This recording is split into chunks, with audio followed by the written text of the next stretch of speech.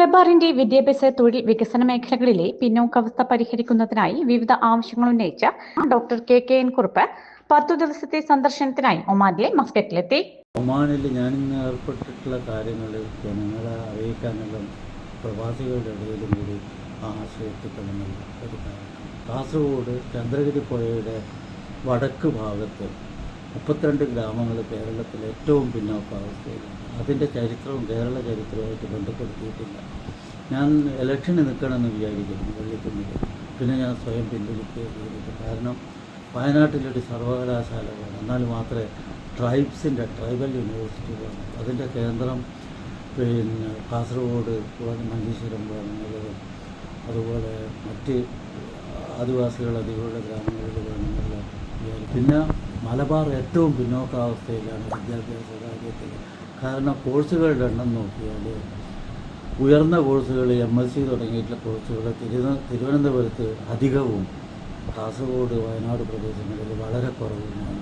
അപ്പോൾ Malabar education movement എന്ന് പറയുന്നൊരു സംഘടനയുടെ ചെയർമാനാണ് ഞാൻ 2-3 കൊല്ലമായിട്ട്.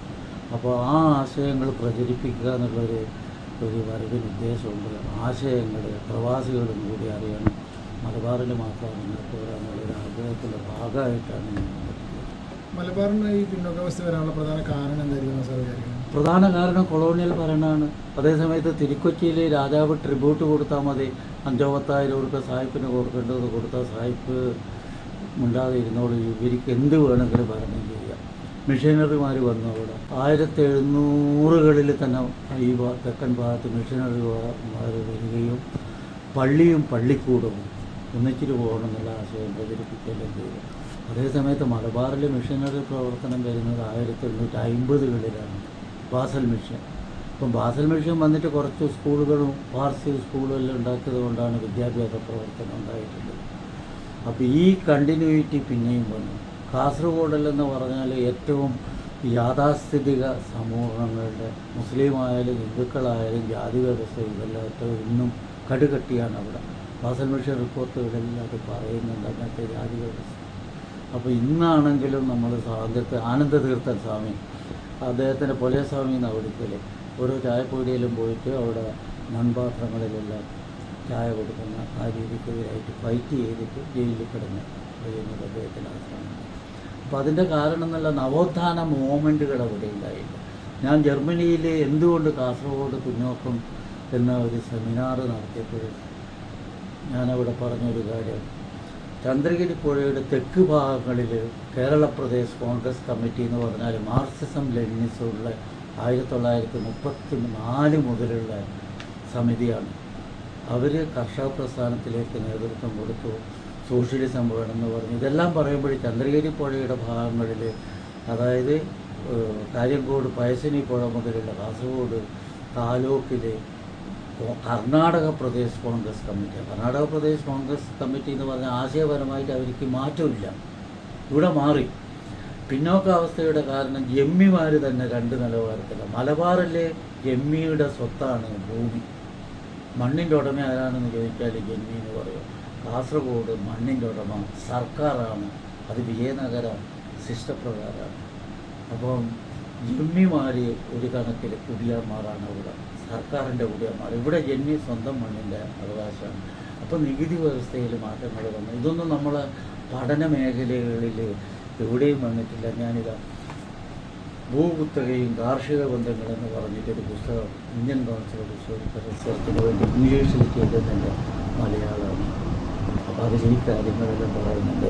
അതേസമയത്ത് ഈ ഭൂമി 2 റൈറ്റ് വാരിയെന്ന എല്ലാവരും പറയുന്നത്, ഹൈക്കോടതി ജഡ്ജിമാർ തന്നെ ഉടുപ്പി മുതൽ പിന്നെ മലബാറിൻ്റെ തെക്ക് ഭാഗം വരെ റയറ്റ് വാരി എന്ന് പറഞ്ഞു. അപ്പോൾ ഈ റയറ്റ് വാരിയിൽ ഡിഫറൻസ് ഉണ്ട്. ഈ റയറ്റ് വാരി സർക്കാർ ലാൻഡാണ്, ഈ റയറ്റ് വാരി ജമ്മിയുടെ ലാൻഡാണ്. ഈ റയറ്റ് എന്ന് പറഞ്ഞാൽ കുടിയാനാണ്. ആ കുടിയാൻ ആയിരക്കണക്കിന് ഏക്കറുള്ള കുടിയാനാണ്. Is not a ryot. ഇതൊന്നും അറിയാതെയാണ് ഭൂപരിഷ്കരണങ്ങളെല്ലാം വന്നിട്ടും അവിടെ ഡെവലപ്മെൻറ്റ് എന്ന് പറയുന്ന സാധനം ഉണ്ടായി. ആ ഡെവലപ്മെൻറ്റ് വേണ്ടിയിട്ട് ഈ 32 ഗ്രാമങ്ങളെടുത്ത് അവിടെ വിദ്യാഭ്യാസം വേണം, കോളേജുകൾ വേണം, നഴ്സിംഗ് യൂണിവേഴ്സിറ്റി വേണം. നമ്മൾ നഴ്സിംഗ് യൂണിവേഴ്സിറ്റി അവിടെ വരാമെന്ന് പറഞ്ഞാൽ ഭൂമിയുണ്ട്, കോളേജിൽ തന്നെയുണ്ട്. 50 ഏക്കർ സ്ഥലം ഗോവിന്ദപ്പൈ കോളേജിൽ. അതിൽ 10 ഏക്കർ നഴ്സിംഗ് യൂണിവേഴ്സിറ്റിക്ക് കൊടുത്തത്. ഇന്ത്യയിൽ നഴ്സിംഗ് യൂണിവേഴ്സിറ്റി ഇല്ല. അതേ സമയത്ത് നഴ്സിംഗ് കൗൺസിലുണ്ട്. ഇതിലെ നഴ്സിംഗ് കൗൺസിലുണ്ട് ഡൽഹിയിൽ. അപ്പോൾ ഇതെല്ലാം മാറി വരണമെങ്കിൽ റീസ്ട്രക്ചർ ചെയ്യാൻ അക്കാഡമിഷൻ ഇതിലെല്ലാം ഇടപെടണം. അക്കാഡമിഷൻ പഠിപ്പിക്കൽ മാത്രമല്ല, ഈസ് എ സോഷ്യൽ ആക്ടിവിസ്റ്റ്. ആ സോഷ്യൽ ആക്ടിവിസ്റ്റ് അക്കാഡമിക്കിൽ ഇതുവരെ വന്നിട്ടില്ല. ഇപ്പോൾ എൻ്റെ ഗുരുനാഥൻ MGS ആണ്. Is not a social activist. ഞാൻ സോഷ്യൽ ആക്ടിവിസ്റ്റ് ആവാൻ കാരണം കൃഷിക്കാരുടെ കഷ്ടപ്പാട്, പട്ടേൽ എന്ന് പറഞ്ഞിട്ട് ഗ്രാമാധികാരി 2 റുപ്യ അടക്കം പെണ്ണുങ്ങൾ കഷ്ടപ്പെടുന്ന കഷ്ടം ഞാൻ കണ്ടിട്ടുണ്ട്. ഇതെല്ലാം കൊണ്ടാണ് ഞാൻ ആക്ടിവിസ്റ്റാണ്. അതായത് യൂണിവേഴ്സിറ്റി വരണം, യൂണിവേഴ്സിറ്റി അച്യുതമേനോ അല്ലെങ്കിൽ EMSഉം സീറ്റും ആ യൂണിവേഴ്സിറ്റി തുടങ്ങിയിട്ട് ഉള്ളത് കൊണ്ട് എനിക്ക് പഠിക്കാൻ കഴിഞ്ഞു, MA കിട്ടി, വൈസ് ചാൻസലർ ആവാൻ കഴിഞ്ഞു. ആ വളർച്ച ഞാൻ സമൂഹത്തിന് മടക്കി കൊടുക്കാനാണ് അതിനാണ് ഇവിടെ വന്നത്. ഈ കൊളോണിയലിസം കഴിഞ്ഞിട്ടും ഇത്ര കാലം കേരളം മാറി മാറി വരച്ചിട്ട് എന്താണ് പിന്നീടും ഇപ്പോൾ മലബാറിൽ ഇപ്പോൾ ഒരു +2 സീറ്റിന് വേണ്ടിയിട്ട് എല്ലാ വർഷവും അവർക്ക് സമരം ചെയ്യേണ്ടതിൻ്റെ കാരണം എന്താ? സമരം കാരണം ഈ ഇരുട്ട് കൊണ്ട് വോട്ട് അടച്ചാൽ എങ്ങനെയാണ്? അതേപോലെ കാരണം അതാണ്. ഇപ്പോൾ 60 സീറ്റിൽ +2-ന് 80 ആക്കിയിട്ടെന്താ കാര്യം? അവിടെ പഠിപ്പ് നടക്കില്ല, ക്വാളിറ്റി ഇല്ല. 80 കുട്ടികളെ മൈക്കില്ലാണ്ട് പഠിപ്പിക്കാൻ പറ്റുമോ? പഠിപ്പിച്ച കുട്ടിക്ക് കാര്യമോ? ഒരു എവറേജ് ക്ലാസ് റൂം 30-35 ഒരിക്കലും ആവാൻ പാടില്ല. ഞങ്ങൾ MAക്കെല്ലാം 10 പിള്ളേരെ പഠിപ്പിക്കുന്നു. അപ്പോൾ ഇത് ബാച്ചടക്കലാണ്. പുതിയ കോഴ്സുകളുണ്ടാകും. കോഴ്സുകൾ ഉള്ളതിക്കുന്ന ഇങ്ങോട്ടേക്ക് കൊണ്ടുവരണം. ഇതെല്ലാം പഠിക്കാൻ ഒരു കമ്മീഷൻ വേണം. കമ്മീഷനെ പോലെ ഞാനും ഡോക്ടർ മുഹമ്മദ് കുട്ടി എന്ന് പറഞ്ഞൊരു ഫിസിക്സ് പ്രൊഫസർ വളരെ ശക്തമായി പഠിച്ചിട്ടൊരു പുസ്തകം എഴുതിയിട്ടുണ്ട്. അതിലിതെല്ലാം പറയുന്നുണ്ട് ഞങ്ങൾ.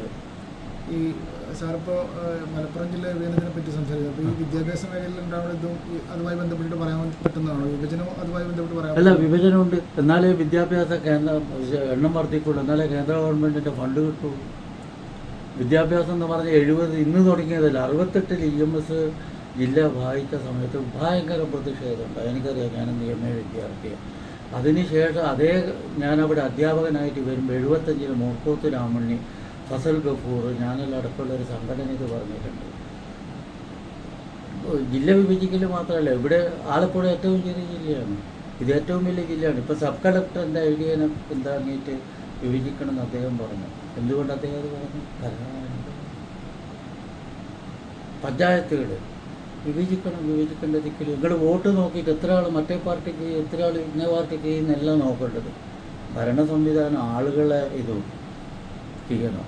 കാളീശ്വരം എന്ന് പറയുന്ന കാസർഗോഡ് ജില്ല ഉണ്ടാക്കിയ അദ്ദേഹത്തിൻ്റെ സ്പെഷ്യൽ റിപ്പോർട്ടിൽ പറയുന്നത് തിരുവനന്തപുരത്ത് നിന്ന് കാസർഗോഡ് 500 കിലോമീറ്റർ ദൂരെ ആയതുകൊണ്ടാണ് വികസനം നടക്കാത്തത്. അതല്ല കാരണം, ഞാനീ പറഞ്ഞ കാരണമാണ്. ജമ്മിമാർ 2 തരമാണ്. അവിടെ ക്യാപിറ്റലില്ല. ക്യാപിറ്റൽ ഉണ്ടാക്കിയാൽ നല്ല അധ്യാപകന്മാർ അവിടത്തേക്ക് പോകില്ല, വയനാട്ടിലേക്ക് പോകില്ല. എന്നെ ഇപ്പം വിളിച്ചാൽ വയസ്സ് കാലത്ത് ഞാൻ വയനാട്ടിൽ പോകാറുണ്ട് ചിലപ്പോൾ.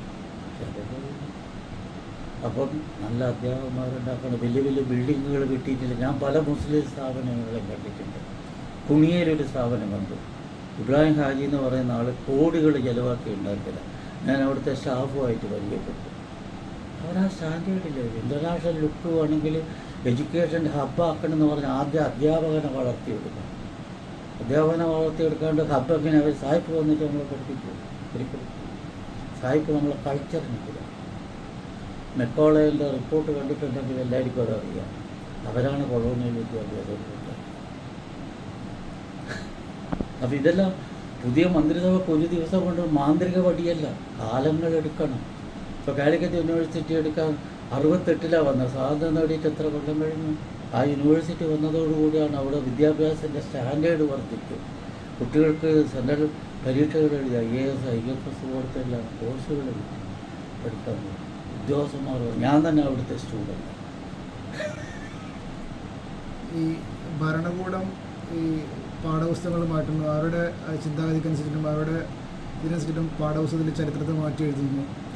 അതിന് ഇതെങ്ങോട്ടാണ് പോകുന്നതിനെ പറ്റി സാറിന് എന്താണ്? അല്ല, ചരിത്രം തിരുത്തി എഴുതുകയല്ല അവർ ചെയ്യേണ്ടത്. വാട്ട് ഹാപ്പൻഡ് അതുപോലെ പറഞ്ഞാൽ മതിയല്ലോ. അതിൽ നമ്മളാശയം ഒരു നദി ഒഴുകുന്നത് പോലെയാണ്. ഭൂതകാലം, വർത്തമാനകാലം ഭാവി കാലം ഇതൊരൊറ്റ ഇതാണ്, അതിനെ നമുക്ക് മുറിച്ചു മാറ്റാൻ പറ്റില്ല. ഇപ്പോൾ മുഗൾ സേരായി എന്ന് പറയുന്ന റെയിൽവേ സ്റ്റേഷൻ്റെ പേര് മുഗളെടുത്തിട്ട് സേരായി എന്നാക്കിയിട്ടെന്താ കാര്യം? അത് മുഗൾ സേരായി അവിടെ ഇരുന്നിട്ടില്ല. മുഗൾ പാഠപുസ്തകങ്ങളിൽ പഠിപ്പിക്കുന്നില്ല, അധികം വരുമെന്ന് പറഞ്ഞിട്ട് കാലം ഭയങ്കര തെറ്റല്ലേ? അത് അധികാരം കിട്ടിയെന്ന് പറഞ്ഞിട്ട് എന്തെങ്കിലും ചെയ്യുകയാണ്. അത് പലരും ചെയ്തിട്ടുണ്ട്, ഞാൻ കുറ്റപ്പെടും. കയ്യൂർ സമരം ദേശീയ പ്രസ്ഥാനത്തിൻ്റെ ഭാഗമല്ല എന്ന് കോൺഗ്രസ്സുകാരെ മുഖ്യമന്ത്രി പറഞ്ഞിട്ട് എനിക്കറിയാം അസംബ്ലിയിൽ. കയ്യൂർ സമരത്തിൻ്റെ രേഖ കാണാതെ അത് പഠിക്കാതെ കയ്യൂർ സമരം അതല്ല, പോലീസുകാരനെ കൊന്നത് എങ്ങനെയാണ്?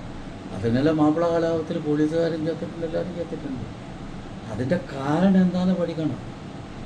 കാസർഗോഡൊക്കെ 1958 ക്യൂബയിൽ നടത്തിയ വിപ്ലവത്തിനെ പറ്റി ഞാൻ സ്ഥലത്ത് പോയിട്ട് പഠിപ്പിച്ചിട്ടുണ്ട്. അപ്പോൾ അവിടെ കാണാൻ കണ്ടത് കർഷക പ്രശ്നങ്ങൾ, ദേശീയതയുടെ പ്രശ്നങ്ങൾ, എന്താണെന്ന് പറഞ്ഞാൽ അതിനെ പറയാം ബനാന റിപ്പബ്ലിക്. ബനാന റിപ്പബ്ലിക് എന്ന് പറഞ്ഞാൽ സ്വാതന്ത്ര്യ സമരത്തിൽ പങ്കെടുത്ത് ജീവനും കുടുംബവും കഴിഞ്ഞെടുത്തല്ല വീട്ടിൽ കിട്ടിയ പണി ഒരു പോസ്റ്റ്മാൻ്റെ പണി. ഇതെല്ലാം ഇന്ത്യയിൽ നടക്കുന്നത്. ഞാൻ ഡോക്ടർ വിപിൻ ചന്ദ്ര തുടങ്ങിയിട്ടുള്ള ആളുകൾ കൂടിയിട്ട് മലബാറിൻ്റെ ഗ്രാമങ്ങളിലെല്ലാം സ്വാതന്ത്ര്യ സമര ചരിത്രം അന്വേഷിച്ച് നടത്തിയിട്ടുണ്ട്. എല്ലാ ആളുകളും പറയുന്നത് 75-80 ഈ സ്വാതന്ത്ര്യത്തിന് വേണ്ടിയിട്ടല്ല ഞങ്ങൾ യുദ്ധം. എന്താ പറയുക, കാരണം എന്താ എനിക്കറിയില്ല. ഈ സ്വാതന്ത്ര്യത്തിന് വേണ്ടിയിട്ട് യുദ്ധം ചെയ്തത് എനിക്കറിയില്ല. ആ പിന്നോക്കാവസ്ഥയിൽ ജയിലിൽ, ഓപ്പൺ ജയിലിൽ വരെ ആര് തുടക്കാൻ പറഞ്ഞു? അവിടെ വെള്ളമില്ലാതിരിക്കില്ലേ? ആര് പറഞ്ഞു? ഏതോ നാട്ടിൽ ഓപ്പൺ ജയിലുണ്ട്. ആദ്യം കൊടുക്കേണ്ടത് 24 hours വെള്ളം കൊടുക്കണ്ടേ? വെള്ളമില്ല. ഞാനവിടെ പോയി സംസാരിച്ചിട്ടില്ല, അനുഭവം ഇല്ല. മാത്രമല്ല ജില്ലാ പഞ്ചായത്ത് പ്രസിഡന്റ് ബേബി എൻ്റെ കൂടെ ഉണ്ടായിരുന്നു. അപ്പോൾ restructuring of all things, education to political administration, economics, ഇതെല്ലാം റീസ്ട്രക്ചർ ചെയ്യണം. കൊളോണിയൽ ലെഗസി ആയിട്ട് നമുക്ക് മുന്നോട്ട് പോകാൻ കഴിയില്ല. ഇപ്പോൾ കളക്ടർ അധികാരങ്ങൾ ഏതാ? 1935 ആക്ട് പറയുന്ന അധികാര കളക്ടർ. അതെല്ലാം പോയിട്ട് കാലങ്ങളൊക്കെ. നെഹ്റു, ഞാൻ വലിയ ആരാധകനാണ് ജവഹർലാൽ നെഹ്റുവിന്. പക്ഷെ അദ്ദേഹത്തിന് ഒരു പരാജയം വന്നു. 1947 അദ്ദേഹം ഇതേ ICS-കാരനെ IAS പേര് മാറ്റിയിട്ട് തുടരുന്നു. അത് തെറ്റാണ്. ICS-ൻ്റെ എഫിഷ്യൻസി പട്ടിണി കിടക്കുന്ന ഗ്രാമത്തിൽ നിന്ന് അവസാനത്തെ ഉറുപ്പിയ നികുതി പോലും പിരിച്ചിട്ട് സർക്കാരിലേക്ക് കിടക്കുക. അത് 67-70 ഞാൻ കണ്ടതാണ്. ഒരു ഉറുപ്പിയ റൈറ്റ് ഓഫ് ചെയ്യാൻ കലക്ടർക്ക് കൊടുത്തില്ല. Board of revenue. ഇതെല്ലാം നമ്മളെ മന്ത്രിമാരും ഭരണാധികാരികളും ചിന്തിക്കണം.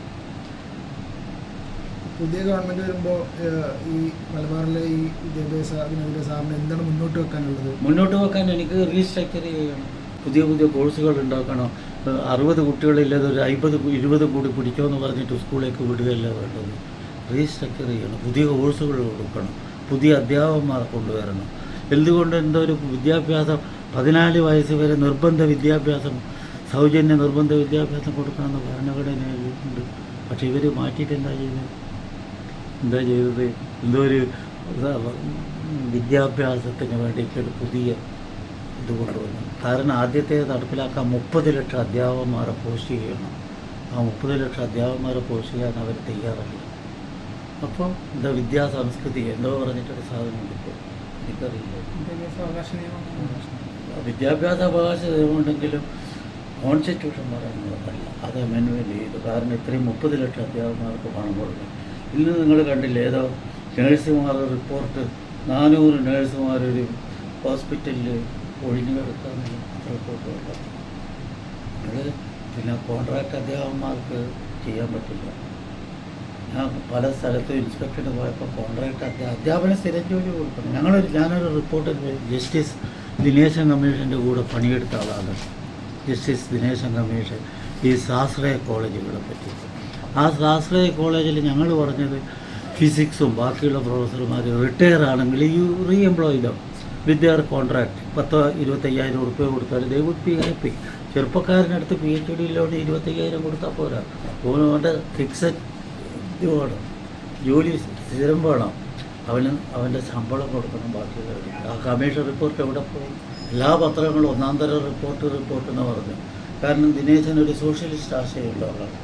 ഞാനും അതേപോലെ തന്നെ. പിന്നെ അതിൽ വേറെ ഒരാളുടെ RVG പൈനാണ്. ഞങ്ങൾ 3 പേര് റിപ്പോർട്ട് എല്ലാ പത്രങ്ങളും ബാഷ് എന്ന് പറഞ്ഞു 1917 അല്ല 2017 ഇന്നും ആ റിപ്പോർട്ട് വന്നിട്ടില്ല. അപ്പോൾ പുതിയ ഭരണകൂടം അത് പരിശോധിക്കണം. 15 ഉറുപ്പ്യ കൊടുത്തിട്ട് MA ഒക്കെ പഠിപ്പിക്കണം എന്ന് പറഞ്ഞ ഒരു സ്ത്രീ എങ്ങനെ പോകും? അവർക്ക് ജീവിക്കാൻ 15,000 ഉറുപ്പ്യ മതി. അവൾ ക്വാളിഫൈഡ് ആണെങ്കിൽ ആ പണം കൊടുക്കണം. കോൺട്രാക്ട് പണിയെടുപ്പിക്കുന്നവരാണെങ്കിൽ ആ പണം കൊടുക്കണം. ഇതൊന്നും ചെയ്യാതിരുന്ന ഭരണം എന്ന് പറഞ്ഞിട്ട് കാറിൽ എനിക്കെതിരായിട്ടൊരു പാട്ടുണ്ടായി, കുറുപ്പ് സാറേ AC കാറിൽ പോയാൽ പോരാ. ഞാൻ ചാർജ് എടുക്കുന്ന ദിവസം പെട്രോളുമായിട്ടാണ് നഴ്സിംഗ് കുട്ടികൾ വന്നിട്ടിരുന്നത് എൻ്റെ മുമ്പിൽ. ഒന്ന് ആത്മഹത്യ ചെയ്തിട്ടുണ്ടെങ്കിൽ എൻ്റെ സ്ഥിതി എന്താവും? കാരണം അവർക്ക് ട്രെയിനിങ് ഇവിടെ തിയറി ഉമറുകുട്ടി സാറ് തുടങ്ങിയതാണ്, നഴ്സിംഗ് കോളേജ് തുടങ്ങി. അവർക്ക് എവിടെ ട്രെയിനിങ് കൊടുക്കുന്ന മെഡിക്കൽ കോളേജിൽ പോയപ്പോൾ ഞങ്ങൾ ചെയ്തുവിട്ടാന്ന് പറഞ്ഞു. ഇതെല്ലാം സഹിച്ചിട്ട് അവസാനം ഞാൻ എഴുതി ഗവൺമെൻറ്റിലേക്ക്, ഞാൻ ഈ കോഴ്സ് നഴ്സിംഗ് കോളേജ് തൂക്കി വെക്കും, വാചക ഇതാ ഉപയോഗിക്കുക ദേഷ്യം കൊണ്ട്. കുട്ടികൾ ചത്തിട്ടുണ്ടെങ്കിൽ ഞാനാ ഉത്തരവാദി. ഇവർ മണ്ണെണ്ണ പാട്ടയായിട്ടാണ് ഈ കവിതയും ജില്ലയിൽ കുറുപ്പ് സാറേ AC കാർ പോയാൽ പോലെ. ഞാനാ പ്രശ്നം പരിഹരിച്ചു. അവിടെ തലശ്ശേരിയിൽ പിന്നെ ഹോസ്പിറ്റലിൽ കൊണ്ട് എടുപ്പിച്ചു. അവിടുത്തെ ഹോസ്പിറ്റലാണ് ടെലിക്കറി ഹോസ്പിറ്റലിൽ കൊണ്ട് എടുപ്പിച്ചു. അവർക്ക് MSc കൊടുത്തു. ഇന്ന് കണ്ണൂർ യൂണിവേഴ്സിറ്റിൻ്റെ ഏക നഴ്സിംഗ് കേന്ദ്രമാണ് MScയും BScയും ചെയ്യണം. എന്നിട്ട് ഞാനൊരു കത്തെഴുതിയല്ലോ ഗവൺമെൻറ്റിലേക്ക്, ഞാനിത് തൂക്കി വെക്കുന്നില്ല. ആ കത്ത് എല്ലാ പത്രങ്ങളിലും വന്ന് ഭരിക്കുന്നത് കുറുപ്പല്ല. ഇതിൽ നിങ്ങൾ ഈ പത്രങ്ങൾ ഉപരിപ്ലവക ഇതിലെ അടിയൊഴുക്കുകൾ കാണുന്നില്ല. ഞാൻ ഇന്നലെ വലിയൊരു സയൻറ്റിസ്റ്റോട് സംസാരിച്ചു. ആ സയൻറ്റിസ്റ്റ് എവിടെയല്ലോ കഷ്ടപ്പെട്ടിട്ട് പണം കൊണ്ടുവന്നാൽ 10 കോടിയെല്ലാം കൊണ്ടുവന്നാൽ അത് മുഴുവൻ അവർക്ക് കിട്ടില്ല. വേറെ ആളുകളെ ഡൈവേർട്ട് ചെയ്തിട്ട് ഇങ്ങനെ ഇഷ്ടമാണ് കൊണ്ടുവന്ന മാനേജർ ഇഷ്ടം അല്ല, ഇവളല്ല. അവർക്ക് ആ പണം ഉപയോഗിക്കാൻ അധികാരമില്ല. കൊണ്ടുവന്ന പണത്തിന് അത് ഉപയോഗിക്കാൻ വേണ്ടി ഇവന്മാരെ പിന്നാലെ നടക്കണം. ഇതെല്ലാം പഞ്ചായത്തിന് അധികാരമില്ല, ഓരോ അധികാരവും. ഞാൻ Malabar institute for research and development തുടങ്ങി 3 പ്രാവശ്യം മുനിസിപ്പാലിറ്റി തീരുമാനം എടുത്തിട്ട് എനിക്ക് തന്നു. ഒരു ദിവസം ഞാൻ പോകുമ്പോഴേക്ക് ലൈബ്രറി പൂട്ടിയിരിക്കുക മുനിസിപ്പാലിറ്റി. എന്താ കാരണം? ലേലം തരാതെ എനിക്ക് തന്നതാണെന്ന് പറഞ്ഞിട്ട്. അവസാനം ഗവൺമെൻറ് ഇടപെട്ടിട്ടാണ്, അതും അവർ എല്ലായിടത്തും പണം വാങ്ങിയിട്ടാണ്, ലേലം ചെയ്തില്ല. അപ്പോൾ ഇപ്പോൾ മുനിസിപ്പൽ കൗൺസിലർമാർക്ക് എന്തധികാരം? 3 സിറ്റിക്കിൽ അവർ കൊടുക്കാം. ആ വാടക അവർ 1000 ഉറുപ്പ്യൊക്കെ എനിക്ക് തന്നത് 10,000 ഉറുപ്പ്യ ആകുമ്പോൾ ഞാൻ വെള്ളപ്പൊക്കം എൻ്റെ ഇൻസ്റ്റിറ്റ്യൂട്ടേ കൂട്ടി. ഒമാനിലെ മലയാളികളുടെ സാംസ്കാരിക സംഘടനകളുമായി ചർച്ച നടത്തുകയും പുതിയ കേരള സർക്കാർ രൂപീകരണത്തിന് മുമ്പായി മലബാറിന്റെ ആവശ്യങ്ങൾക്കായി സമ്മർദ്ദം ചെലുത്താനുള്ള പ്രവർത്തനങ്ങൾ ഏകോപിപ്പിക്കുകയുമാണ് സന്ദർശനത്തിന്റെ പ്രധാന ലക്ഷ്യമെന്ന് അദ്ദേഹം അറിയിച്ചു. കാലിക്കറ്റ് സർവകലാശാലയുടെ മുൻ വൈസ് ചാൻസലറുമായും തൃപ്പൂണിത്തുറയിലെ സെന്റർ ഫോർ ഹെറിറ്റേജ് സ്റ്റഡീസിന്റെ മുൻ ഡയറക്ടർ ജനറലുമായ ഡോക്ടർ കുറുപ്പ് കഴിഞ്ഞ കേരള നിയമസഭാ തെരഞ്ഞെടുപ്പിൽ മലപ്പുറം ജില്ലയിലെ വള്ളിക്കുന്ന് നിയോജക മണ്ഡലത്തിൽ സ്വതന്ത്ര സ്ഥാനാർത്ഥിയായി മത്സരിക്കാൻ തീരുമാനിച്ചിരുന്നുവെങ്കിലും താൻ മുന്നോട്ട് വെച്ച ആശയങ്ങൾ ഐക്യ ജനാധിപത്യ മുന്നണി ഏറ്റെടുത്തതിനെ തുടർന്ന് മത്സര രംഗത്ത് നിന്ന് പിന്മാറുകയായിരുന്നുവെന്ന് അറിയിച്ചു. ഡോക്ടർ കുറുപ്പ് മുന്നോട്ട് വെച്ച പ്രധാന ആവശ്യങ്ങളിൽ വയനാട് ജില്ലയിൽ ട്രൈബൽ യൂണിവേഴ്സിറ്റി സ്ഥാപിക്കുക, അതിന്റെ കേന്ദ്രങ്ങൾ കാസർഗോഡ് മഞ്ചേശ്വരത്തും ഇടുക്കിയിലും ആരംഭിക്കുക, മലപ്പുറം ജില്ല വിഭജിച്ച് തിരൂർ ജില്ല രൂപീകരിക്കുക, മലബാറിലെ വിദ്യാഭ്യാസ പിന്നോക്കാവസ്ഥ പരിഹരിക്കാൻ പ്രത്യേക വികസന പദ്ധതികൾ നടപ്പാക്കുക, കാസർഗോഡ് ജില്ലയിലെ തുളുനാടൻ ഗ്രാമങ്ങളുടെ സമഗ്ര വികസനത്തിനായി നഴ്സിംഗ് യൂണിവേഴ്സിറ്റി സ്ഥാപിക്കുക തുടങ്ങിയവ ഉൾപ്പെടുന്നു. മഞ്ചേശ്വരം ബ്ലോക്ക് പഞ്ചായത്തിന്റെ സഹകരണത്തോടെ തുളുനാട് ഡെവലപ്മെന്റ് ഫൗണ്ടേഷൻ രൂപീകരിച്ചിട്ടുണ്ടെന്നും അദ്ദേഹം പറഞ്ഞു. എൻലൈറ്റ് മീഡിയയ്ക്ക് വേണ്ടി മസ്കറ്റിൽ നിന്നും മുഹമ്മദ് യാസീൻ ഒരുമനയൂരിനോടൊപ്പം ഷാർഗി ഗംഗാധർ.